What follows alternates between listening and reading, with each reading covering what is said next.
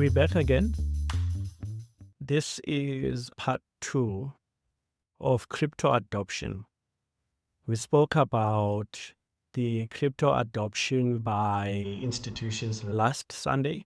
And this Sunday, I want us to look at the adoption by country. It becomes important to see how crypto is being embraced and if there is a movement. I want us to trace and see what is happening. We'll provide a detailed comparison of cryptocurrency holdings by country, delving into specific cryptocurrencies, total value acquisition methods, and cultural, economic, or regulatory influences. This is very important. So we start with the United States. The United States is estimated to hold about $20.9 billion worth of Bitcoin. This is based on what has been reported by governmental institutions that are holding. Their position primarily is through the ETFs, direct purchases, and exchanges like Coinbase or mining.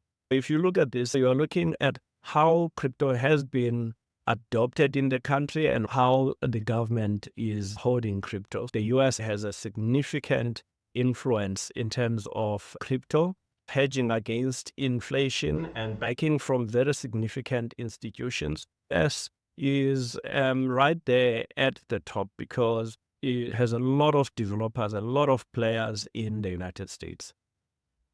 Now, if you look at China, it's approximately about 0.6 billion value that is crypto related in China, even though crypto transactions are banned in China. This is historically through mining before banning, and now it's through the OTC trades and the offshore exchanges, right? The trading moved underground due to regulatory restrictions, but remains active in China. El Salvador, the value is about $606 million, making it one of the highest per capita Bitcoin holders due to its legal tender status. President Bukele in El Salvador is the friend of the crypto industry and has made BTC a legal tender and has allowed transactions in that country to be done on Bitcoin, including reserves for the government that are on Bitcoin. Government purchases, widespread adoption for transaction and mining using renewable energy are some of the things that have assisted in making Bitcoin legal tender, aiming to boost economic activity and remittances. That's the impact in El Salvador. If we look at Ethereum, the United States is right at the top, but the figures are not as easily available as you would find on Bitcoin. With the DeFi and the NFT growth, the holdings are substantial. The acquisition is through various exchanges, DeFi platforms, and direct purchases for NFT investments. And there's a high engagement with blockchain technology, particularly in tech hubs like Silicon Valley in the US. South Korea is another one. It's but a high adoption of altcoins and a vibrant crypto trading culture. The acquisitions have been predominantly through local exchanges like Upbit and Bithumb, with a focus on trading and staking. So crypto is seen as both a tech investment and a gaming asset in South Korea, and we know South Korea on gaming. Stablecoins holdings, if you look at countries like Nigeria, now we don't know what the value is, but we know stablecoins like the USDT are among the most used due to Naira's volatility. And the acquisition has been via the P2P platforms like Paxful, which are the most popular for remittances and daily transactions. The influence there is it acts as a hedge against local currency depreciation and inflation. Venezuela is also significant. That country has been dealing with a significant economic crisis, and therefore the USDT is being widely used as a hedge as well. It's been acquired through P2P exchanges, local crypto ATMs, as well as trading with local goods and services. It's really been adopted, and it's helping in those countries with currency volatility and challenges around devaluations. The influence is that it's used for both internal transactions as well as an escape from hyperinflation. The alt tokens and other tokens, while exact numbers are elusive in India, the diversity of altcoins held is significant due to a large crypto user base. The adoption is through numerous local and international exchanges with trends towards investing in promising new tokens. The crypto market has grown despite regulatory ambiguity, with investors often looking for high return opportunities. Japan also has high involvement in various tokens, particularly those related to gaming and blockchain tech. Japan is known for its regulated exchanges with a focus on investor protection and innovation in blockchain applications. So the culture is that the tech-forward culture in Japan drives interest in blockchain beyond just financial applications. And if we really look at the comparative analysis here, on economic stability, countries with less stable economies tend to have higher stablecoins adoption for preserving value or facilitating remittances. And the regulatory environment, where you've got supportive and restrictive. So countries like El Salvador, where Bitcoin is a legal tender, see unique adoption patterns because there's a supportive regulation. And then in the restrictive countries like China, crypto activity goes underground, affecting how data is reported and tracked. The tech enthusiast countries with a younger tech-savvy population or those with a history of tech innovations show higher crypto engagement across tokens, like we spoke about South Korea. Gaming and NFTs, countries with strong gaming industries like South Korea and Japan see altcoins used in innovative ways. The math differs from country to country. The choice often depends on regulatory clarity, with countries like the US having both robust centralized exchange and decentralized finance ecosystems. In areas with banking issues where crypto serves as a financial lifeline, P2P trading dominates. The US leads in total value due to its economic power and institutional involvement, while smaller countries like El Salvador show significant adoption relative to population size. This detailed comparison shows that cryptocurrency adoption is influenced by a complex mix of economic needs, cultural needs, regulatory framework, and technological infrastructure across different countries. However, the data on crypto holdings can be hard to verify due to the nature of cryptocurrencies, which often bypass traditional financial tracking mechanisms. It is important to see how countries have adopted crypto activity, the platforms being used, and the cultural context.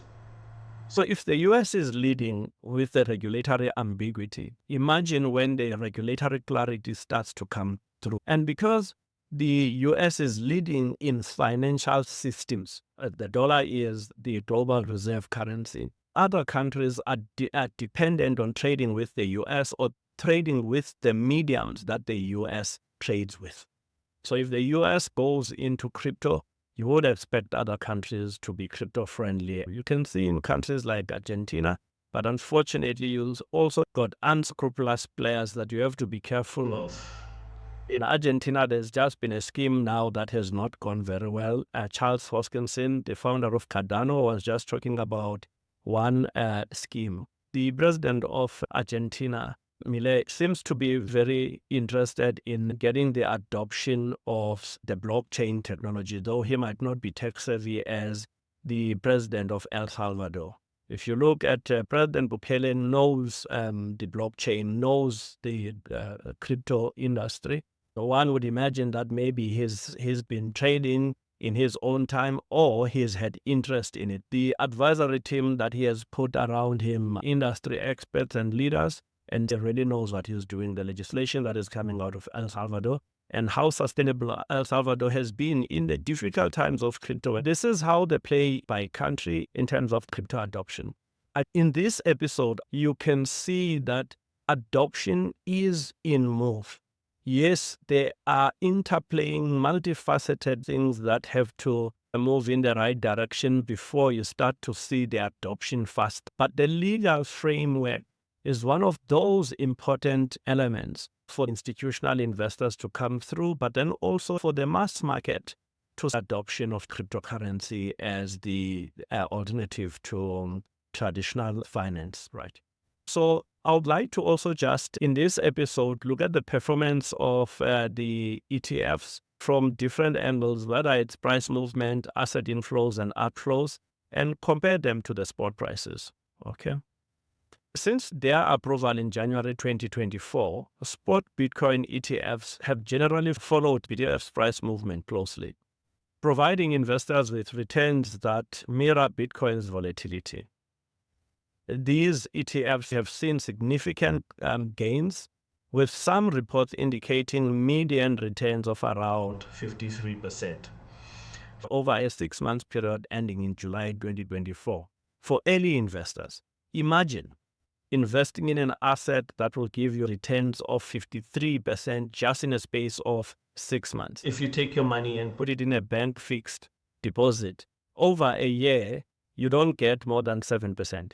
At best, it will be 7.5, but nothing close to 8%. In 6 months, you get 53% in Bitcoin.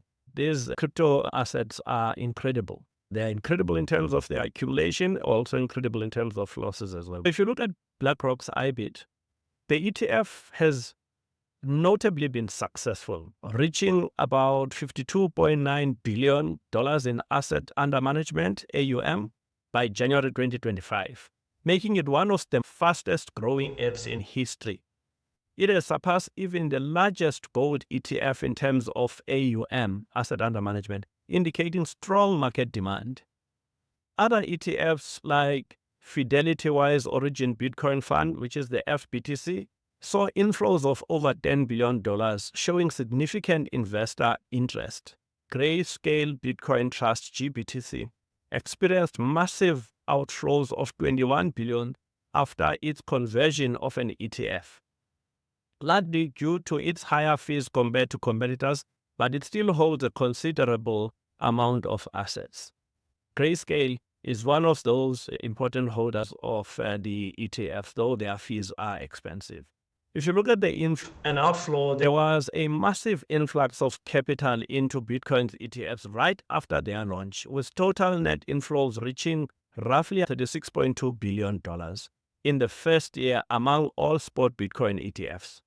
After this initial rush, we've seen periods of both inflows and outflows. For example, some ETFs, including BlackRock's IBIT, experienced their first negative weekly net flows by late 2024, suggesting a cooling off after initial enthusiasm or profit-taking. Despite this, substantial investments continue, especially from institutional investors, with some funds like IBIT seeing daily inflows even in times of net outflows for the broader group. And the comparison with spot, really, if you look at efficiency, the spot BTFs are designed to track the spot price of BTF closely. While they have generally done so, can be small discrepancies due to trading volume, liquidity, and market factors. The introduction and performance of these ETFs have had a notable impact on Bitcoin's price, generally pushing it upwards due to increased demand. However, the sell the news effect was observed post-approval, where Bitcoin prices dropped temporarily due to investor taking profits. Bitcoin's inherent volatility is reflected in these ETFs.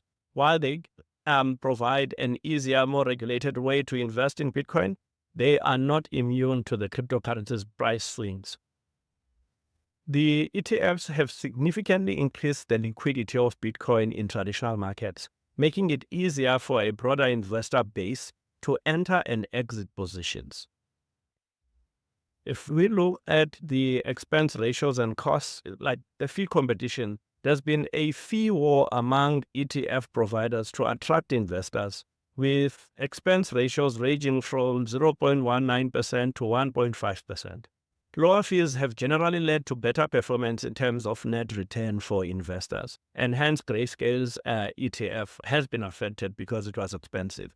Investors should also consider operational costs like trading spread, which can affect the net performance.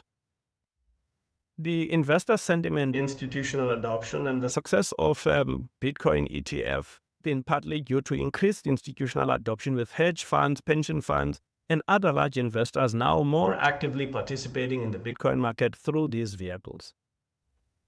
ETFs have democratized access to Bitcoin's investment, pulling in retail investors who might have been hesitant to deal with cryptocurrency exchanges directly.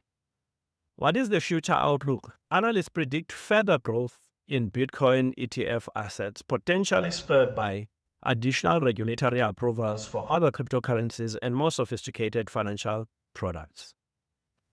As these funds mature, trends might include better tracking, lower fees, and possibly the development of more diversified crypto ETFs. And we know this because we know BTC's ETF was approved, ETH's ETF was approved. Now there's an ETF application for Solana, an ETF application for XRP, and an ETF application for Cardano. So now you are starting to see the possibility to diversify within the ETF assets when these are approved in the market. This overview reflects the dynamic nature of Bitcoin's ETF performance, which is closely tied to Bitcoin's market performance, regulatory developments, and broader investment sentiments towards cryptocurrencies. So this episode was important in us just talking about the leading countries in terms of adoption of crypto. But then in the second part of this episode, I just wanted us to talk about the ETFs, their performance, and what is held by which fund manager and how the penetration has been and the performance has been since their approval in January 2024. So it's exciting times. You are seeing from part 1 that we did last Sunday to this part 2 that we're doing this Sunday, how important and the movement of the crypto adoption has been in the market. And also how important these ETFs are and what is driving these ETFs and why there is movement often from traditional investors who are looking for safe haven assets or hedging against inflation. So this is telling you what will drive volume and liquidity into crypto. So the coins that you are looking at now, or the tokens that you are looking at now, you have to be sure where are they positioned in this movement of adoption. Are they poised to be one of those assets that will be used for diversifying a cryptocurrency ETF portfolio, which will start from Bitcoin to altcoins led by Ethereum and all other instruments that are there, because that will be what will make the portfolio. And that portfolio will enable institutional investors to do the diversification. But also you are seeing that the leaders that are leading this adoption in terms of the ETFs, you are seeing institutions. But retail investors are coming along as well. And this is what we're talking about in the second segment. So we are at the cusp of the beginning of the adoption of cryptocurrencies. But as I have said in many of my episodes before, the adoption of cryptocurrency comes with the exposure of the crypto industry into the traditional markets ebbs and flow, which means whatever affects them in terms of macroeconomic policies, monetary policies, geopolitics, is now starting to reverberate also to us, as you would see what is happening. It's very important to underscore the point that we spoke about. The reason that institutions want crypto is because it's a hedge against the exposure of assets under traditional financial markets. Therefore, these are at play in terms of the alternatives. Take this into account because this is a fundamental driver in the adoption or the valuation of cryptocurrency, market sentiments, liquidity, and volumes of trade. This has been an important series to help you understand and have a broader view of the adoption of crypto. Is crypto still the old crypto that tech-savvy individuals who are early adopters are trading in the bedrooms of their homes? Or is it coming into mainstream? How is it coming into mainstream? How can you measure that? Where would you be able to find the areas of location and measurement? I hope this has been helpful to you. Please subscribe, make a comment, and turn on the bell notification so that whenever we post new episodes, you will be notified.